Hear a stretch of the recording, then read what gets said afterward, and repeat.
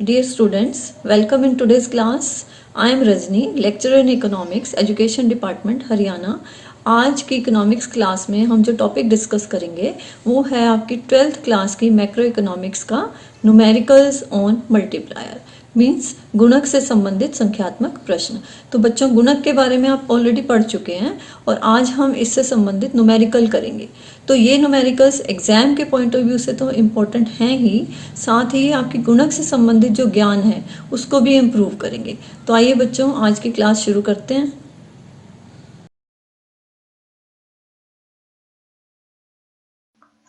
तो बच्चों, आज के व्याख्यान का जो मुख्य उद्देश्य है वो रहेगा गुणक की गणना करने के विभिन्न तरीकों को समझना। तो गुणक मीन्स मल्टीप्लायर भी कहते हैं इसको।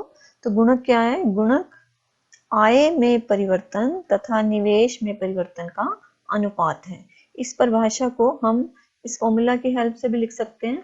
ये जो k है ये गुणक को ही प्रेजेंट करता है। हम k का यूज करते हैं गुणक को प्रेजेंट करने के लिए। k means multiplier. तो ये किसके बराबर है? चेंज इन y को हमने डिवाइड कर दिया चेंज इन i से। तो मीन्स यहाँ पर k जो है वो मल्टीप्लायर को प्रेजेंट कर रहा है। मल्टीप्लायर मीन्स गुणक हिंदी में इसको कहते हैं। और ये जो साइन लगा हुआ है, ये साइन, यहाँ पर ये साइन, ये क्या है? ये चेंज को शो करता है, परिवर्तन को दर्शा रहा है। और y, अर्थशास्त्र में हम y का प्रयोग कब करते हैं? जब हम इनकम मीन्स आय को दर्शाते हैं। और यहाँ पर ये जो i है ये शो कर रहा है निवेश को, मतलब इन्वेस्टमेंट को। तो k का फॉर्मूला क्या हो गया? मीन्स गुणक का जो सूत्र है वो क्या हो गया? Change in y divided by change in i।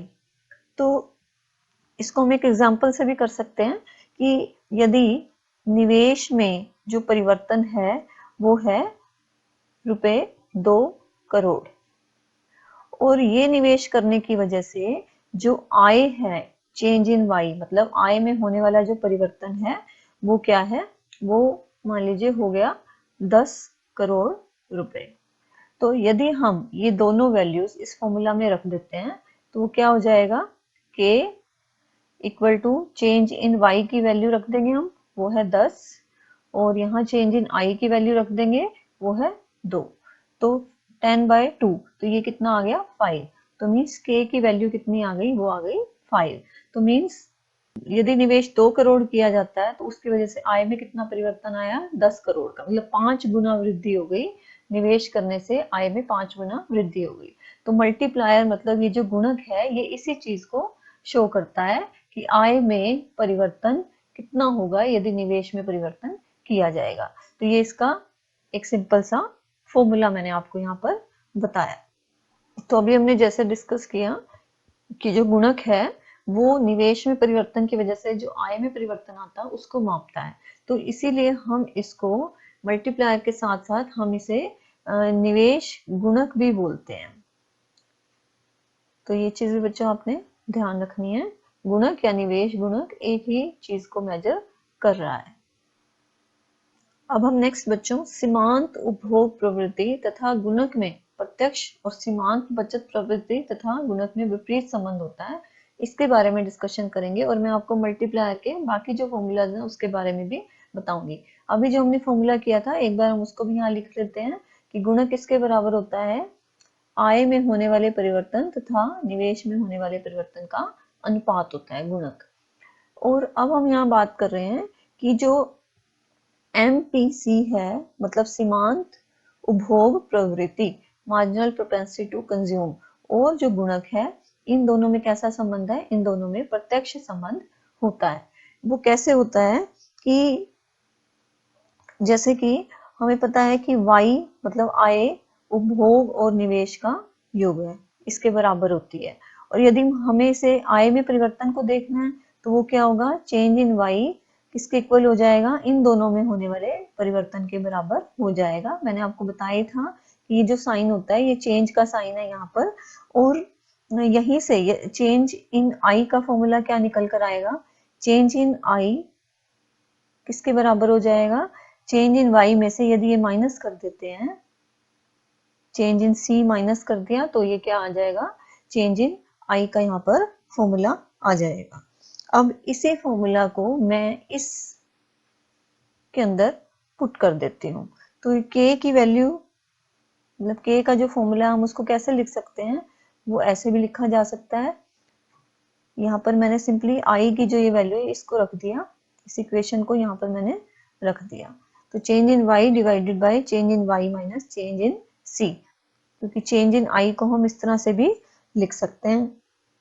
और यदि हम ऊपर और नीचे चेंज इन y से इनको भाग कर देते हैं, भाग करने का मतलब इसको इस तरह से भी लिखा जा सकता है, ऊपर और नीचे हमने चेंज इन y से इन्हें डिवाइड कर दिया, भाग कर दिया, तो ये क्या बन जाएगा, ये कटकर 1 रह गया, यहाँ भी 1 रह गया। तो मीन्स इसको मैं अब ऐसे लिख सकती हूँ, ये कट हो गई वैल्यूज 1 बाय, ये भी कट हो गई तो 1 आ गया, 1 minus change in c divided by change in y। और ये जो है ये किसका फॉर्मूला होता है, ये MPC का फॉर्मूला होता है। Change in c divided by change in y को हम MPC भी बोलते हैं। ये जो MPC है, तो ये फॉर्मूला क्या बन गया, अब ये हो गया 1 बाय 1 माइनस MPC। तो एक तो फॉर्मूला ये हो गया हमारे पास, और दूसरा फॉर्मूला हमारे पास आ गया ये। तो मल्टीप्लायर को इस तरह से भी कैलकुलेट किया जा सकता है। यदि हमें MPC दी हो, सीमांत उपभोग प्रवृत्ति दी हुई हो, तो हम गुणक को इस फॉर्मूला की हेल्प से भी कैलकुलेट कर सकते हैं। और हम बात कर रहे थे कि MPC और गुणक इन दोनों में कैसा संबंध है, प्रत्यक्ष संबंध है। तो हम MPC की कुछ वैल्यूज लेकर देख लेते हैं कि क्या एक्चुअल में इनमें आपस में जो संबंध है वो प्रत्यक्ष संबंध है। जैसे मैं एक वैल्यू लेती हूँ MPC की, मान लेते हैं कि जो MPC है वो है 0.5। तो इस 0.5 को यहाँ हमें रख देना है। तो k कैसे कैलकुलेट हो जाएगा, k equal to 1 by 1 minus 0.5। तो मीन्स इसको ऐसे लिख सकते हैं हम, ये रह गया 0.5, क्योंकि 1 में से हाफ 0.5 हाफ हो गया, माइनस हो गया, तो हमारे पास क्या बच गया, हमारे पास 0.5 बच गया। तो 1 बाय 0.5 मतलब 10 बाय 5 लिखेंगे तो ये क्या आ गया, गुणक की वैल्यू आ गई 2। तो MPC की थी 0.5 और गुणक की हमारे पास क्या आ गई वैल्यू, 2 आ गई। मान लीजिए MPC की वैल्यू जो है, अब हम एज्यूम कर लेते हैं कि MPC की जो वैल्यू पहले से बढ़ गई, वो हो गई 0.6। तो इसको हम इस फॉर्मूला में रख देंगे, ये हमारे पास जो फॉर्मूला है इसमें हम इसको रख सकते हैं, और फिर हमारे पास मल्टीप्लायर की वैल्यू आ जाएगी। तो ये क्या आ जाएगा, k 1 माइनस 1 बाय 1 माइनस 0.6। तो हम इसको कैसे लिख सकते हैं, ये आ गया 1 डिवाइडेड बाय 0.4। 1 बाय 0.4 मतलब 10 बाय 4 हो गया। तो वैल्यू कितनी आ जाएगी, वैल्यू आ जाएगी 2.5। तो देखो बच्चों, यहाँ पर MPC 0.5 था तो k की वैल्यू थी 2। जब MPC बढ़कर 0.6 हो गया तो k की वैल्यू कितनी हो गई, 2.5। तो MPC और गुणक में कैसा संबंध आ गया, प्रत्यक्ष संबंध आ गया। और हमें यहाँ पर अपने जो मल्टीप्लायर है उसका एक ये फॉर्मूला और एक और फॉर्मूला क्या मिल गया, 1 बाय 1 माइनस MPC।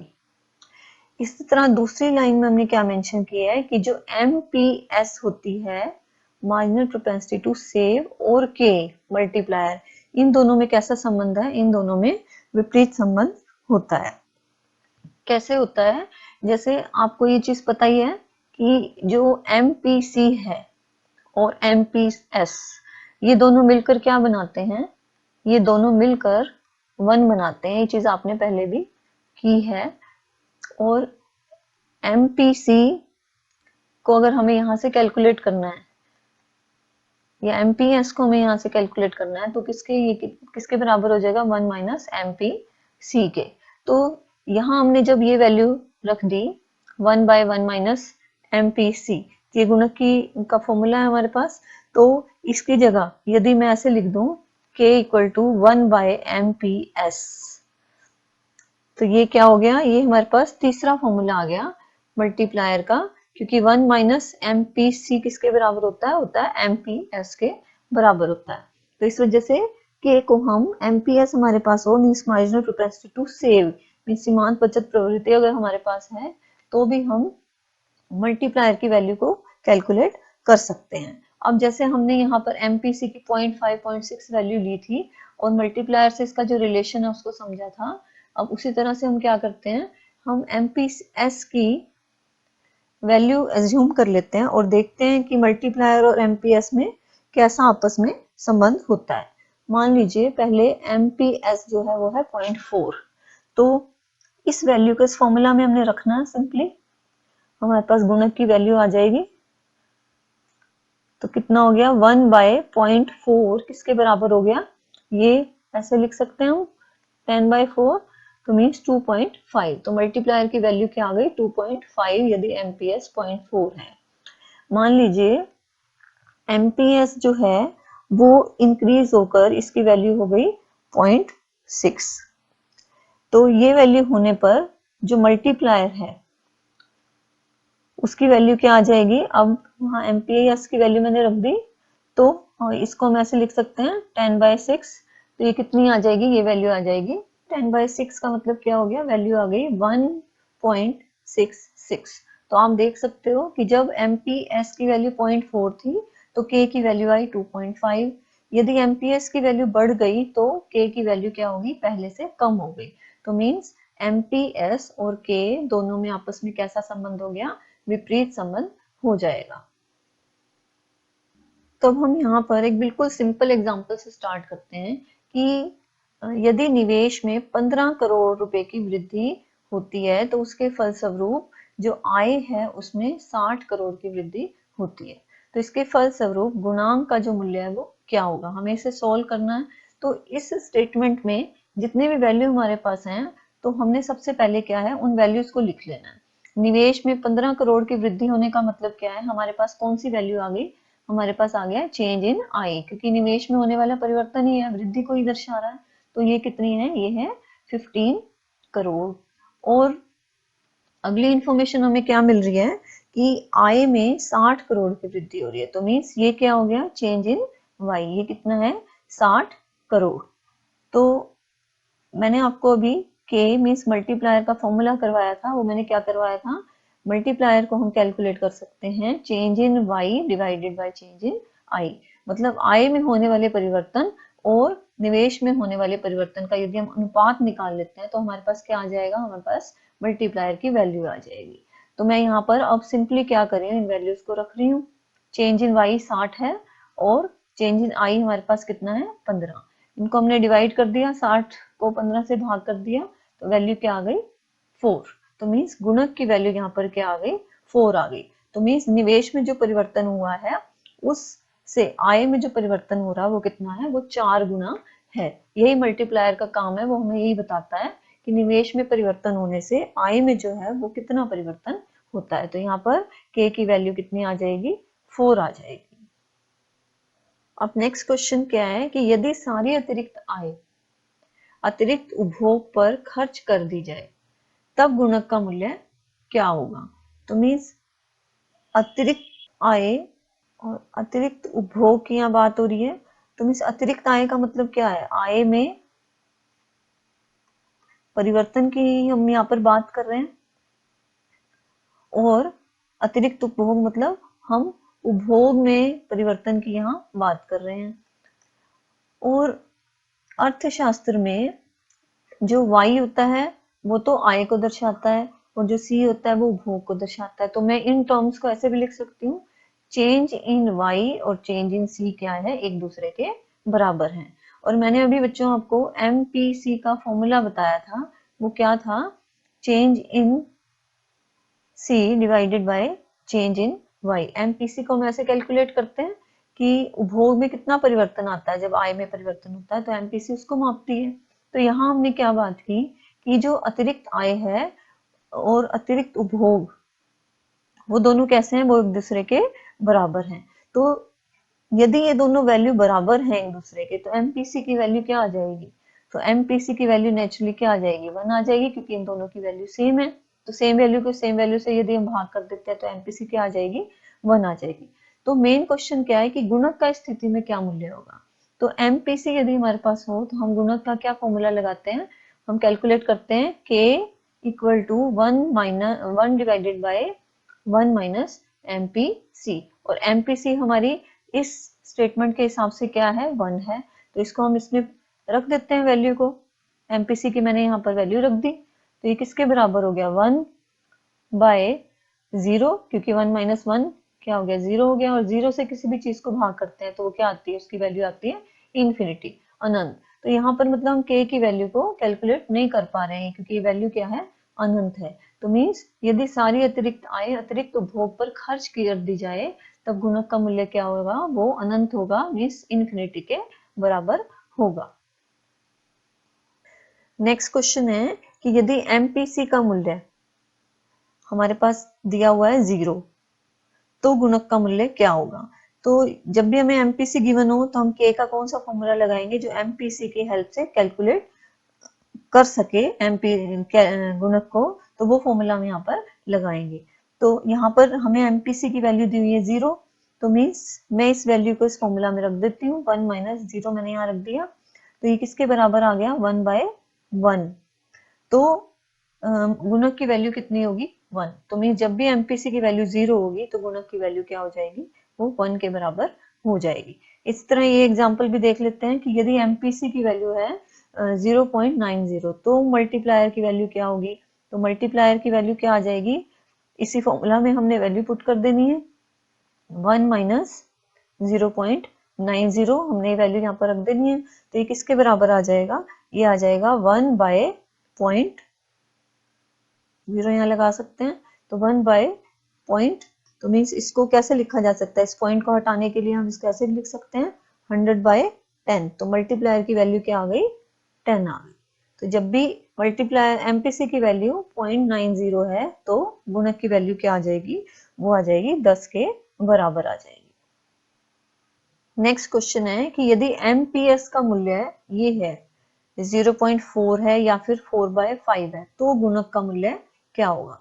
तो बच्चों जैसे मल्टीप्लायर के हमने बिल्कुल शुरू में फॉर्मूलाज किए थे कि एक तो ये फॉर्मूला हमने किया था, उसके बाद मैंने आपको ये भी बताया था कि यदि एमपीसी गिवन हो तो हम ये फॉर्मूला भी लगा सकते हैं, और क्योंकि 1 माइनस एमपीसी किसके बराबर होता है, वो बराबर होता है एमपीएस के, तो हम ये फॉर्मूला भी लगा सकते हैं। तो हम इन्हीं 3 फॉर्मूलाज की हेल्प से इन न्यूमेरिकल्स को सोल्व कर रहे हैं अभी। तो यहाँ हमारे पास एमपीएस दी हुई है तो हम ये फॉर्मूला लगाएंगे। तो सबसे पहले 0.4 की वैल्यू हम फॉर्मूला में रख देंगे, तो इसमें हमने सिंपली क्या करना है, 1 बाय 0.4 ये वैल्यू हमने रख देनी है, तो ये कितना हो गया, 10/4 हो गया, 10/4, तो मीन्स मल्टीप्लायर की वैल्यू यहाँ कितनी आ जाएगी, 2.5 आ जाएगी। तो मीन्स एमपीएस यदि हमें 0.4 दी हुई हो तो उस स्थिति में मल्टीप्लायर की वैल्यू क्या आ जाती है, वो आ जाती है 2.5 आ जाती है। और यदि एमपीएस की वैल्यू 4/5 है, 4/5 होने का मतलब क्या है, इसको यहाँ पे भी हम सॉल्व कर सकते हैं, 4/5 का मतलब क्या हो गया, 0.8 हो गया, तो मैं यहाँ पर 1/0.8 लिख सकती हूँ, इसको इस तरह से भी लिखा जा सकता है। तो ये क्या हो गया, 10/8 हो गया, 10/8 को हमने सोल्व कर देना सिंपली, तो वो क्या आ जाएगा, वो हमारे पास मल्टीप्लायर की वैल्यू आ जाएगी। तो 10/8 करने से मल्टीप्लायर की वैल्यू कितनी आ गई, 1.25 हमारे पास मल्टीप्लायर की वैल्यू आ गई, यदि हमें एमपीएस 4/5 दिया हो, और यदि 0.4 दिया है तो हमारे पास आई थी मल्टीप्लायर की वैल्यू 2.5 आई थी। नेक्स्ट क्वेश्चन है कि एक अर्थव्यवस्था में आय का वास्तविक स्तर रुपए 600 करोड़ है, जबकि पूर्ण रोजगार पर आय रुपए कितनी चाहिए, 1000 करोड़ है। तो उपभोग की सीमांत जो प्रवृत्ति है, मीन्स एमपीसी जो है वो क्या है, 0.5 है। तो पूर्ण रोजगार आय स्तर को प्राप्त करने के लिए निवेश में की जाने वाली वृद्धि की गणना कीजिए। सो डियर स्टूडेंट, सबसे पहले आपने स्टेटमेंट ध्यान से पढ़नी है और जो जो वैल्यूज आपको यहाँ से क्लियर हो रही हैं उन सबको लिखते जाओ। जैसे कि सीमांत जो उपभोग प्रवृत्ति है, means marginal propensity to consume, वो कितनी है, वो हमें दी हुई है 0.5। और इंफॉर्मेशन हमें क्या मिल रही है पहली लाइन में कि जो आय का वास्तविक स्तर है वो कितना है, वो है 600 करोड़ है, ये इंफॉर्मेशन हमें गिवन है। और यदि फुल एम्प्लॉयमेंट चाहिए तो मैं इसको ऐसे मेंशन कर देती हूँ, वाई एफ, जो फुल एम्प्लॉयमेंट लेवल के लिए इनकम चाहिए वो कितनी चाहिए है, वो चाहिए 1000 करोड़ चाहिए। तो है तो इतनी लेकिन चाहिए इतनी है, तो इन दोनों में जो आपस में गैप है 1000 माइनस 600 वो कितना है, वो है 400 करोड़। ये चेंज को शो कर रहा है, आय में होने वाले परिवर्तन को ही दर्शा रहा है। तो 400 करोड़ जो है वो आय के परिवर्तन को रिक्वायर्ड है यहाँ पर यदि पूर्ण रोजगार प्राप्त करना है। तो अब हम एक बार फिर से मल्टीप्लायर का फॉर्मूला देखते हैं। एमपीसी के बेस पर हम मल्टीप्लायर को कैलकुलेट कर सकते हैं, ये आप बच्चे समझ ही गए हैं। तो इस वैल्यू को यदि मैं यहाँ रख देती हूँ तो मेरे पास मल्टीप्लायर की वैल्यू आ जाएगी। तो मैंने यहाँ रख दिया ये, तो 1 में से 0.5 जो है माइनस हो गया, तो वो कितना आ जाएगा, इसको हम लिख सकते हैं 0.5। 1 में से 0.5 माइनस हो गया तो बचेगा क्या हमारे पास, वो 0.5 बचेगा। इसको 0.5 लिख सकते हो, 0.5 लिख सकते हो। तो ये क्या हो गया, 10/5 लिखा जा सकता है। तो मल्टीप्लायर की वैल्यू कितनी आ गई, 2 आ गई। तो हमने एमपीसी के बेस पर सबसे पहले क्या कर लिया, मल्टीप्लायर की वैल्यू कैलकुलेट कर ली। अब नेक्स्ट इन्फॉर्मेशन हमारे पास ये है, और हमें कैलकुलेट क्या करना है, निवेश में की जाने वाली वृद्धि को कैलकुलेट करना है। तो मीन्स हमें क्या कैलकुलेट करना है, चेंज इन आई, इसको कैलकुलेट करना है।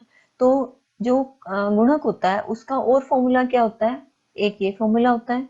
तो मीन्स अब हमारे पास क्या आ गया, हमारे पास मल्टीप्लायर की वैल्यू यहाँ से आ गई 2, मैं यहाँ लिख देती हूँ 2, मैंने मेंशन कर दिया। और चेंज इन वाई यहाँ से मैंने आपको बताया था, ये कितना है 400। तो यदि हमारे पास इन तीनों में से 2 वैल्यू है तो हम तीसरी तो नेचुरली कैलकुलेट कर सकते हैं। तो चेंज इन आई कैसे हम कैलकुलेट कर लेंगे, इसको यहाँ ले जाएंगे इस वैल्यू को, तो ये क्या बन जाएगा, 2 multiplied change in I equal to 400। तो मीन चेंज इन आई किसके बराबर आ जाएगा, 400 को इस 2 से हमने भाग कर दिया, तो ये क्या आ गया 200। तो जो निवेश में की जाने वाली वृद्धि है वो कितनी चाहिए हमें, वो चाहिए हमें 200 करोड़। तो ये आपका फाइनल आंसर है कि हमें निवेश में होने वाली वृद्धि चाहिए 200 करोड़। हमारे सामने नेक्स्ट क्वेश्चन है कि यदि एक अर्थव्यवस्था में आय का स्तर रुपए 2000 करोड़ है, तो सबसे पहले इंफॉर्मेशन हम हाईलाइट कर लेते हैं। आय का स्तर दिया हुआ है 2000 करोड़। तो इस अर्थव्यवस्था का जो सीमांत उपभोग प्रवृत्ति है, मीन्स जो एमपीसी है, वो कितनी है 0.75 है। और निवेश में रुपए 200 करोड़ की वृद्धि से आय में समग्र कितनी वृद्धि होगी। तो हमें निवेश में वृद्धि भी दी हुई है 200 करोड़, तो ये सारी इंफॉर्मेशन हम यहाँ पर सेपरेटली लिख लेते हैं। एमपीसी है 0.75 और निवेश में जो वृद्धि है वो कितनी दिखा रखी है, वो बताई हुई है। चेंज इन आई हो गया ये कितना है 200 करोड़। तो ये वैल्यू हमें दी हुई है।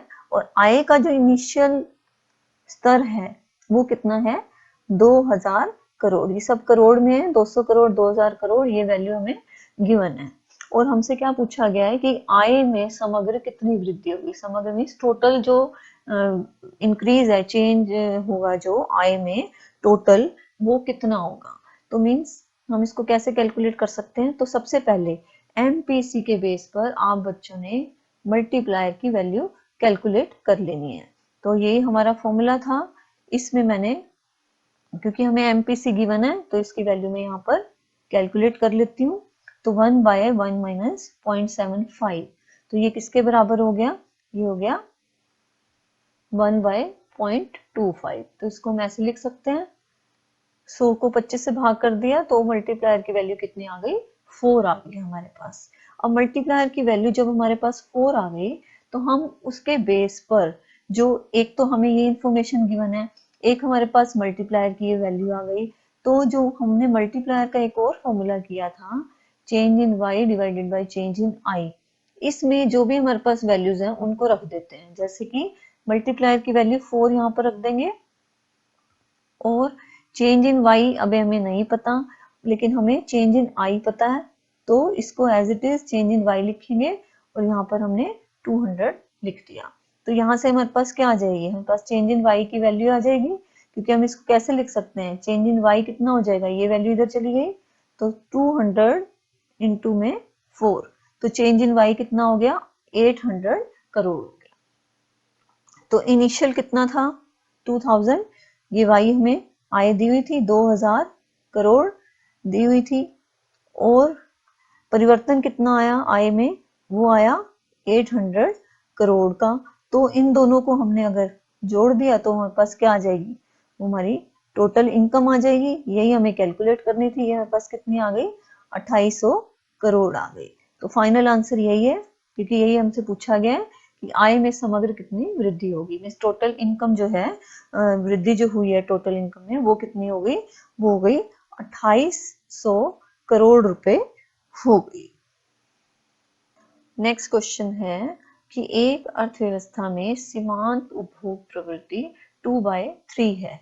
तो मीन्स हमें सबसे पहले क्या दिया हुआ है, एमपीसी की वैल्यू दी हुई है 2/3। ये एमपीसी की वैल्यू यहाँ पर मेंशन थी, जो मैंने अलग से यहाँ पर लिख ली ताकि सिंपली हम न्यूमेरिकल को सोल्व कर सकें। यदि निवेश में 2000 करोड़ की वृद्धि की जाती है, निवेश में वृद्धि का मतलब क्या हो गया, चेंज इन इन्वेस्टमेंट, निवेश में होने वाली वृद्धि वो कितनी है, वो है 2000 करोड़ रुपए। ये नेक्स्ट इंफॉर्मेशन जो हमें यहाँ से मिल रही थी वो मैंने यहाँ पर मेंशन कर ली। तो आय में वृद्धि की गणना कीजिए। तो मीन्स अब हमें क्या कैलकुलेट करना है, चेंज इन वाई की जो वैल्यू है वो हमें कैलकुलेट करके दिखानी है। तो हमारे पास अभी फिलहाल क्या है, ये इंफॉर्मेशन है। तो इसके बेस पर, क्योंकि हमारे पास सबसे पहले एमपीसी सिंपली दी हुई है, तो हम एमपीसी के बेस पर पहले तो हम क्या करेंगे, गुणक का मूल्य जो है उसको कैलकुलेट कर लेंगे। तो एमपीसी के बेस पर जब हमें एमपीसी दी होती है तो हम ये फॉर्मूला लगाते हैं। तो इसमें मैं अब क्या करूंगी, एमपीसी की जो हमें वैल्यू दी हुई है इसको यहाँ पर रख देती हूँ। तो 1/1 माइनस 2/3। तो इसको हम कैसे लिख सकते हैं, इसको ये भी लिखा जा सकता है 1/1 माइनस 2/3। तो ये जो है ये पोर्शन, इसका हम एलसीएम ले लेते हैं। तो एलसीएम लेने के बाद यहाँ पर हमारे पास क्या वैल्यू आ जाएगी, वो आएगी 1/3। तो मीन्स यहाँ से जो k है उसकी वैल्यू क्या आ जाएगी, 3। तो ये 3 हमारे पास आ गया मल्टीप्लायर की वैल्यू। अब इस इंफॉर्मेशन के बेसिस पर हम आगे चलते हैं और अपने न्यूमेरिकल में जो भी पूछा गया है उसके बेसिस पर इसको आगे सोल्व करते हैं। अब हमारे पास एक तो ये इंफॉर्मेशन है, एमपीसी के बेसिस पे तो हमने ये मल्टीप्लायर की वैल्यू कैलकुलेट कर ली। अब मल्टीप्लायर की वैल्यू आने के बाद हमारे पास जो नेक्स्ट इंफॉर्मेशन है वो क्या है, चेंज इन आई भी हमें दिया हुआ है। तो मैंने आपको शुरू में जो फॉर्मूला करवाया था मल्टीप्लायर का, वो क्या था, change in Y divided by change in I. तो अब इन तीनों में से, ये 3 वैल्यूज हैं, जो इन तीनों वैल्यूज में से जो अभी भी मिसिंग है वो है ये, और बाकी दोनों हमारे पास हैं। जैसे कि k की वैल्यू मैंने यहाँ रख दी 3 जो यहाँ से आई है, और चेंज इन i 2000 है, तो इसको मैं 2000 को यहाँ मेंशन कर देती हूँ। और चेंज इन y अब हम इस बेसिस पे इजीली कैलकुलेट कर सकते हैं। हम क्रॉस मल्टीप्लिकेशन करेंगे और इसको हम ऐसे लिख देंगे, 3 से ही मल्टीप्लाई हो गया, और ये है चेंज इन y की वैल्यू हमारे पास यहाँ से आ जाएगी। तो 6000 क्या आ जाएगा, चेंज इन y। तो मीन्स यदि इन्वेस्टमेंट में, निवेश में 2000 करोड़ का परिवर्तन होता है तो उसकी वजह से आय में कितना परिवर्तन होगा, वो होगा 6000 करोड़ का। यही हमसे इस क्वेश्चन में पूछा गया था। तो बच्चों जितना भी आज हमने किया है उसके बेसिस पर अब आप अपना होमवर्क नोट कर लें। होमवर्क में सबसे पहला क्वेश्चन क्या है कि यदि सीमांत बचत प्रवृत्ति मीन्स एमपीएस 1/4 है तो गुणक का मूल्य क्या होगा। यहाँ मैं आपको हिंट दे देती हूँ, यदि एमपीएस दी होती है तो मल्टीप्लायर मीन्स गुणक, जिसको हम के से शो करते हैं ना, तो के का फॉर्मूला हम क्या अप्लाई कर सकते हैं, 1/MPS। तो आप ये वैल्यू रख देंगे तो आपके पास मल्टीप्लायर की वैल्यू अपने आप से आ जाएगी। दूसरा क्वेश्चन क्या है कि यदि सीमांत उपभोग प्रवृत्ति 1 है, 1 है, तो गुणक का मूल्य क्या होगा। तो यहाँ पर आपका जो दूसरा फॉर्मूला था k = 1/1 माइनस MPC, वो फॉर्मूला आप अप्लाई कर देंगे, एमपीसी की वैल्यू यहाँ रख देंगे तो आपके पास क्या आ जाएगी, गुणक की वैल्यू भी अपने आप से आ जाएगी। और आज का लास्ट जो क्वेश्चन है होमवर्क में वो क्या है कि एक अर्थव्यवस्था में आय का स्तर 2000 करोड़ रुपए है। तो जैसा मैंने आपको बताया था, अपनी सबसे पहली इंफॉर्मेशन आपने अलग से नोट कर लेनी है। तो आय का स्तर क्या है, 2000 करोड़। तो मतलब आपको क्या दिया हुआ है यहाँ पर, आपको y गिवन है 2000 करोड़। तो पहली इंफॉर्मेशन ये है तो इस अर्थव्यवस्था का सीमांत उपभोग प्रवृत्ति का मूल्य है 0.80। तो दूसरी इंफॉर्मेशन क्या आ गई, एमपीसी क्या है 0.80, ये आपको दी हुई है यहाँ पर। और निवेश में 200 करोड़ की वृद्धि से आय में समग्र कितनी वृद्धि होगी। तो तीसरी इंफॉर्मेशन आपको क्या दी हुई है, चेंज इन आई जो है वो दिया हुआ है 200 करोड़। तो ये सारी इंफॉर्मेशन आपको दी हुई है। तो सबसे पहले आप क्या करेंगे, इसी फॉर्मूला का यूज करके आप मल्टीप्लायर की वैल्यू निकाल लेंगे, और फिर जो मल्टीप्लायर का एक और आपने स्टार्टिंग में फॉर्मूला किया था ये फॉर्मूला, तो फिर आप उसको अप्लाई करके जो आपसे पूछा गया है समग्र आय में जो वृद्धि है उसको भी आप निकाल सकते हैं। लेकिन उससे पहले आपको चेंज इन वाई चाहिए होगा। तो पहले आप ये फॉर्मूला लगाएंगे इस क्वेश्चन में, फिर उसके बाद आप ये फॉर्मूला लगाएंगे, तो यहाँ से आपको चेंज इन वाई मिल जाएगा। वाई आपके पास यहाँ है, चेंज इन वाई आप यहाँ से कैलकुलेट कर लेंगे। दोनों वैल्यूज को 2000 में इस जो भी आपकी चेंज इन वाई की वैल्यू आएगी उसको ऐड कर देंगे, तो आपके पास क्या आ जाएगी, आय में होने वाली समग्र वृद्धि आ जाएगी।